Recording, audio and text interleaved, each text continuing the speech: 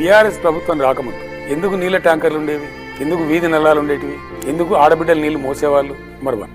Number 2, తాగునీళ్ళ కోసం ఉన్నటువంటి సమస్యను కూడా మేము ప్రయారిటీగా తీసుకొని అత్యంత ప్రాధాన్యత తీసుకొని అద్భుతమైనటువంటి మహా అద్భుతమైనటువంటి పథకాన్ని రూపకల్పన చేశాం. బీఆర్ఎస్ రాకముందు, కేసీఆర్ ముఖ్యమంత్రి కాకముందు ఈ రాష్ట్రంలో వాళ్ళు నిర్మించినటువంటి ట్యాంకులండి, తెలుగుదేశం కానీ కాంగ్రెస్ కానీ చేసినటువంటి నిర్మాణం చేసిన ట్యాంకుల సంఖ్య 17,500 గ్రామాలలో ఉండే ట్యాంకులు. ఓవర్ హెడ్ సర్వీస్ రిజర్వాయర్స్ అంటే మనం OHSR అంట. 10 ఏళ్లలో మేము నిర్మించినటువంటి ట్యాంకులు సుమారు 18,000, 19,000. అంటే వాళ్ళ 58 ఏళ్ల పరిపాలనకు మించి మేము కట్టినాం.